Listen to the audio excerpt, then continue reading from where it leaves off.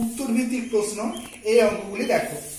তো 20 প্রথম অঙ্কটাই বলা আছে, দেখো যে একটি বর্গক্ষেত্রে বাহুর দৈর্ঘ্য যদি 10% বাড়ানো হয় তাহলে ক্ষেত্রফল শতকরা কত বৃদ্ধি পাবে। তাহলে ধরে নিচ্ছি আমি, ধরি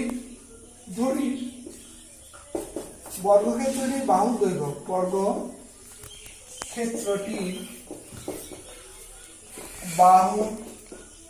বাহুর দৈর্ঘ্য কত না, বাহুর দৈর্ঘ্য সমান হচ্ছে a একক। অতএব বর্গক্ষেত্রটির ক্ষেত্রফল কত, ক্ষেত্রফল হচ্ছে a স্কয়ার বর্গ একক। এবার বাহুটাকে 10% বাড়ানো হচ্ছে, 10%।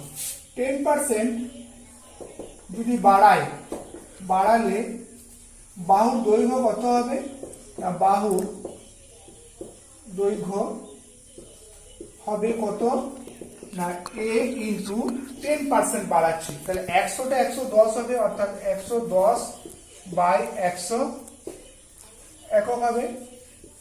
ঠিক আছে, 10% বাড়ালাম, তাহলে 100টা 110 হয়ে গেল। তাহলে এটা কত হবে, a ইন্টু 110/100 অর্থাৎ 11a/10 একক। তাহলে তখন বর্গক্ষেত্রটির ক্ষেত্রফল কত না, তখন বর্গক্ষেত্রটির ক্ষেত্রফল ইকুয়াল টু হচ্ছে বাহুর হোল স্কয়ার, মানে এখানে বাহুটা হচ্ছে 11a/10 তার হোল স্কয়ার। তাহলে 11 গুণ করলে হচ্ছে 121 আর 10 10 100 a স্কয়ার বর্গ একক। তাহলে ক্ষেত্রফল ছিল কত, a স্কয়ার বর্গ একক। বাহুটাকে 10% বাড়ানোর পর ক্ষেত্রফল হলো 121/100 a স্কয়ার বর্গ একক। তাহলে ক্ষেত্রফল বাড়ে কত, অতএব আমরা লিখব যে ক্ষেত্রফল বৃদ্ধি পায়। বাহুটাকে 10% বাড়ালে ক্ষেত্রফল বাড়লো, বেড়ে হলো এত। তাহলে হলো কত, 121/100 a square minus a square কি না বর্গ একক। তাহলে আমরা যদি 100 লসাগু পাই, আর এখানে পাবো 121 a square minus 100 a square সমান হচ্ছে 21 a স্কয়ার বাই 100 বর্গ একক। তাহলে কত বাড়লো, কত বৃদ্ধি হলো, অর্থাৎ বৃদ্ধির হার কত, অর্থাৎ বৃদ্ধি পায় ক্ষেত্রফলটা কত বৃদ্ধি পায়, অর্থাৎ ক্ষেত্রফল বৃদ্ধি পায়, অর্থাৎ ক্ষেত্রফল বৃদ্ধি পায় ইকুয়াল টু, দেখো যত বাড়লো সেটা লিখবো 21 a স্কয়ার বাই 100, যেটা বাড়লো আর যত ছিল এই দুটোর অনুপাত, বাড়লো এটা আর ছিল এটা, এই দুটোর অনুপাত, অর্থাৎ 21 a square by 100 divided by a square into 100%। এইটা সূত্র, যত বৃদ্ধি বা হ্রাস পেল আর যত ছিল এই দুটোর অনুপাত ইন্টু 100%। তাহলে এটা কত হচ্ছে না, দেখো 21 a square by 100 into 1/a square into 100%। তাহলে 100 কাটলাম, a স্কয়ার কাটলাম, তাহলে লিখবো আমরা কত না 21%। অতএব ক্ষেত্রফল বৃদ্ধি পাচ্ছে 21% যখন বাহুটার 10% বাড়ানো হচ্ছে।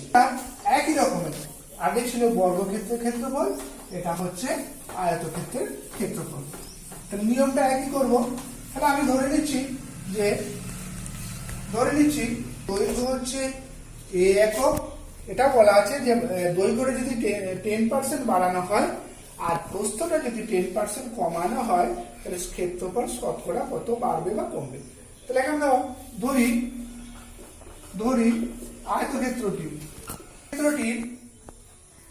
আয়তক্ষেত্র না দৈর্ঘ্য সমান হচ্ছে a বা x একক এবং প্রস্থ হচ্ছে y একক। অতএব ক্ষেত্রফল কত, আয়তক্ষেত্রটির ক্ষেত্রফল, আমরা ক্ষেত্রফল কত পাচ্ছি না xy বর্গ একক। দৈর্ঘ্য x আর প্রস্থ y হলো xy বর্গ একক। এবার কি করা হচ্ছে যে দৈর্ঘ্যটাকে 10% বাড়ানো হচ্ছে, তাহলে দৈর্ঘ্য 10% বাড়ালে হবে 10% বাড়ালে দৈর্ঘ্য হবে কত না x ইন্টু 110/100 সমান 11x বাই 10 11x/10 একক।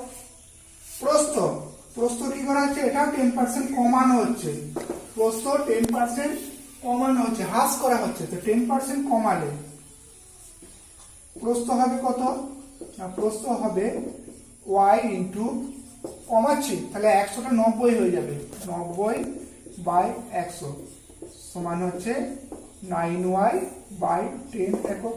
তাহলে তখন ক্ষেত্রফল কত, অতএব তখন ক্ষেত্রফল হচ্ছে 11x/10 গুণিত 9y/10 সমান হচ্ছে 9 11 99xy/100 কি না বর্গ একক। তাহলে ক্ষেত্রফল ছিল কত xy, এখন হয়ে গেল কত এইটা।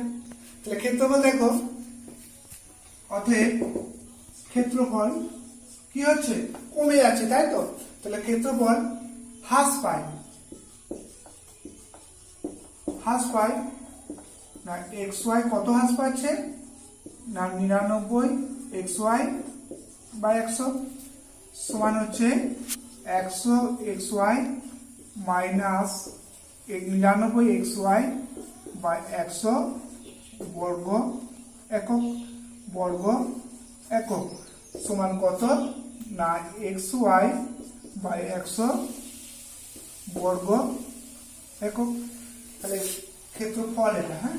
তাহলে ক্ষেত্রফল হ্রাস পাচ্ছে এত, তাহলে হ্রাসের যে হার কত, তাহলে হ্রাসের যে হার বৃদ্ধির হার আগে ছিল, এবার একই সূত্র হবে।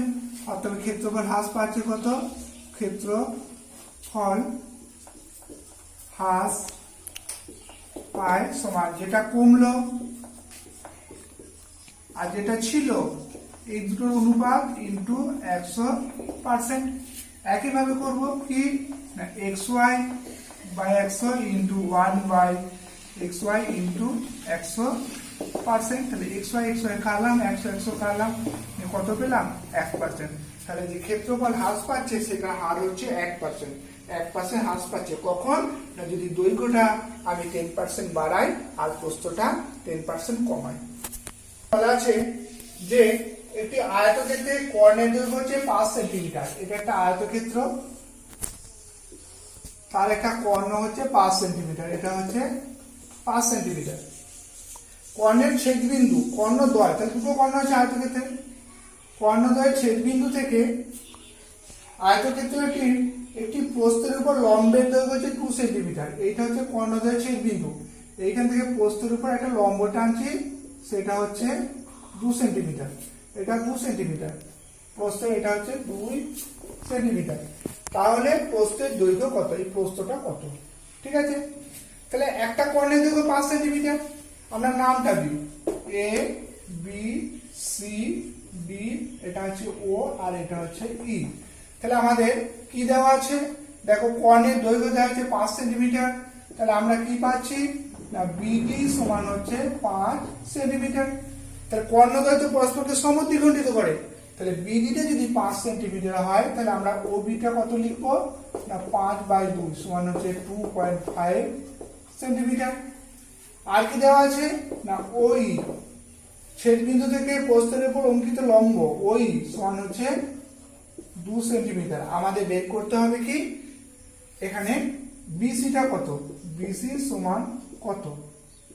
তাহলে দেখো এখানে যে ত্রিভুজটা পেয়েছি সমকোণী ত্রিভুজ ও বিই, সমকোণী ত্রিভুজ ও বিই আমরা লিখতে পারি যে সমকোণী ত্রিভুজ ও বিই থেকে কি পাচ্ছি, থেকে পাই সেই একই সূত্র, লম্ব স্কয়ার প্লাস ভূমি স্কয়ার ইকুয়াল অতিভুজ স্কয়ার। তাহলে এখানে আমরা পাচ্ছি দেখো ও স্কয়ার প্লাস বি স্কয়ার, ও square plus B square equal to হচ্ছে ও বি স্কয়ার। তাহলে এখানে ওই কত 2 সেন্টিমিটার বসিয়ে দিলাম, বি কত আমরা জানি না,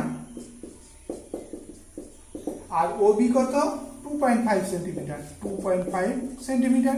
তাহলে এখান থেকে আমরা সমাধান করে বি স্কোয়ারটা পাবো 2.5 এর হোল স্কোয়ার মাইনাস 2 এর হোল স্কোয়ার। তাহলে 25 আমরা জানি 625, দশমিকটা বসলো, আর 4 2 দুগুণে 4, তার মানে হচ্ছে 2.25। অতএব বিটা কত পাচ্ছি না, বিটা হচ্ছে √2.25, মানে হচ্ছে বর্গমূল করলে এটা হবে 1.5, মানে 15 225। তাহলে বিটা যদি 1.5 হয় তাহলে বিসিটা কত হবে, অতএব বিসি সমান হচ্ছে 2 ইন্টু বি সমান হচ্ছে 2 ইন্টু 1.5 সমান হচ্ছে 3 সেন্টিমিটার। তাহলে যে আয়তক্ষেত্রটা আমরা নিয়েছি তার প্রস্থটা হচ্ছে বিসি এবং সেটার মান হচ্ছে 3 সেন্টিমিটার।